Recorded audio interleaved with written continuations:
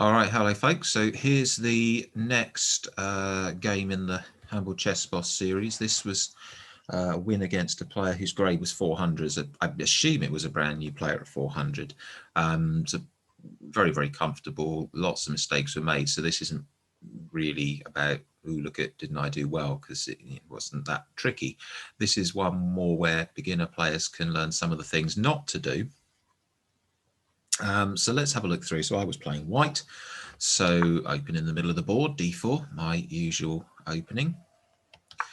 d5 from the opponent, absolutely fine. Bishop f4 is fine. It's a system opening, the London system. I know more often players will play probably Queen's Gambit or possibly knight f3, g3, go for the Catalan, but whatever, London system's good. Knight f6 is fine. Knight f3 is fine. You can see all the time here it's in white, and plus it means the computer thinks it's fractionally better for white. At the moment it's basically saying level or a tiny advantage for white. So it's okay, nothing at the minute. e6 is fine.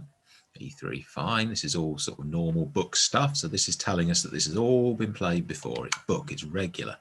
Now bishop b4 is a strange one.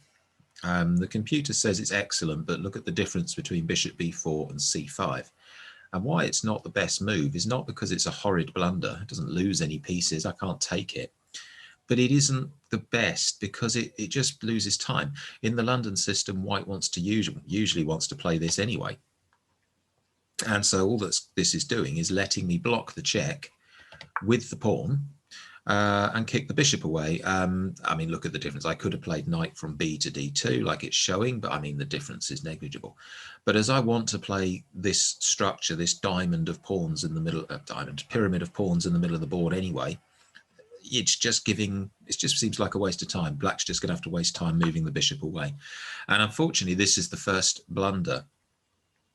So brand new beginner players will just frequently, unfortunately, just not see pieces under attack.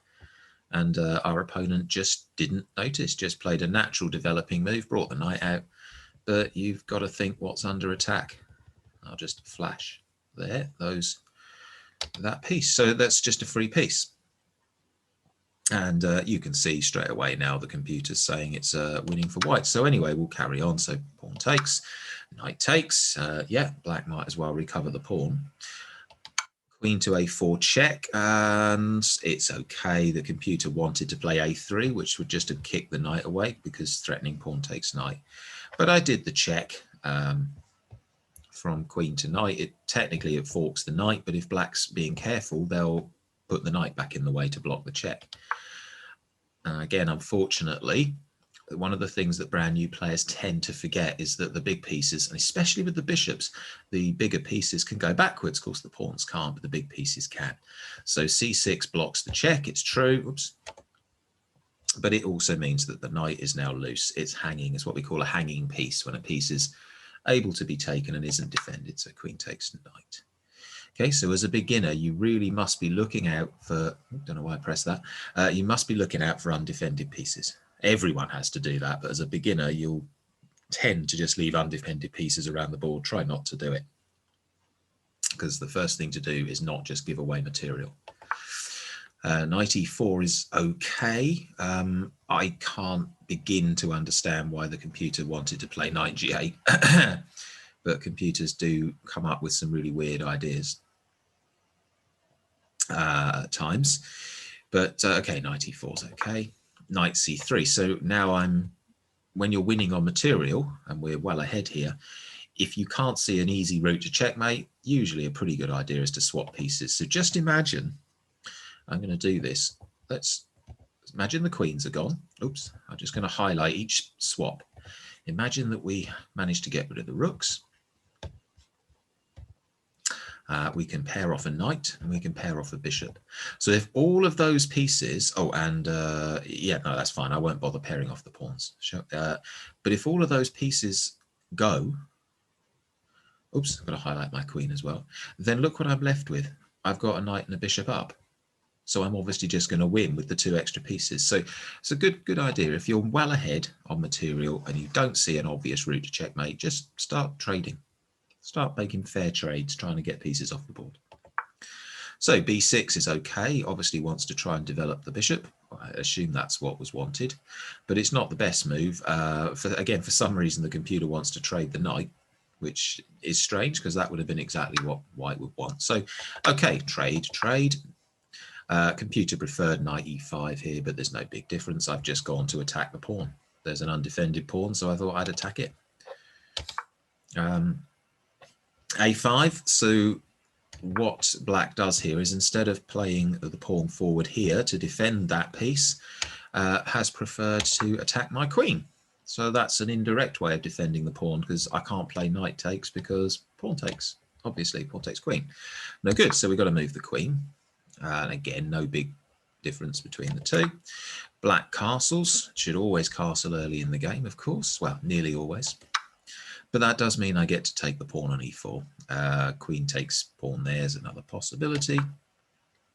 F5, it's okay. And the game is now currently lost. I think I said in the actual various streams that, oh, maybe I can put the knight on h5 and threaten checkmate at some point. And we do.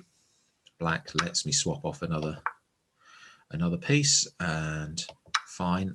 I didn't put the knight on h5 yet because I had persuaded myself that our opponent wouldn't fall for the checkmate. So bishop onto the open diagonal, block it. Don't really want the bishop pointing at where my king's going to be castled in a minute, so we'll block it. Back it has to go. There's castles, so my king's now nice and safe. Queen to d5 is okay. I mean, the game, as you can see, is toast, but this is where I set up the trap. I've left the bishop undefended. You've now got the queen pointing at g7 and the knight protecting it. So if you're allowed to play queen takes, it's checkmate. And our opponent didn't look for what I could do. They just saw the free piece and grabbed it, but it wasn't free. And there's checkmate. So the advice here for the absolute beginners is really every move, look around to see if any of your pieces are under any threat. Look at any checks that are possible. Look at any captures that are possible and make sure everything is safe. Because as a beginner, your best route to improve really, really, really quickly is just don't blunder pieces. Yeah, playing other beginners, they will just blunder pieces. They'll just leave them unprotected and they'll get hoovered up. So check that everything is safe. Don't blunder pieces. Don't blunder checkmates. Okay, I've said all that. I'm no doubt at some point in this series I will blunder a piece or blunder a checkmate, but we'll try not to. Okay, so that's that game all done. See you next time for the next one.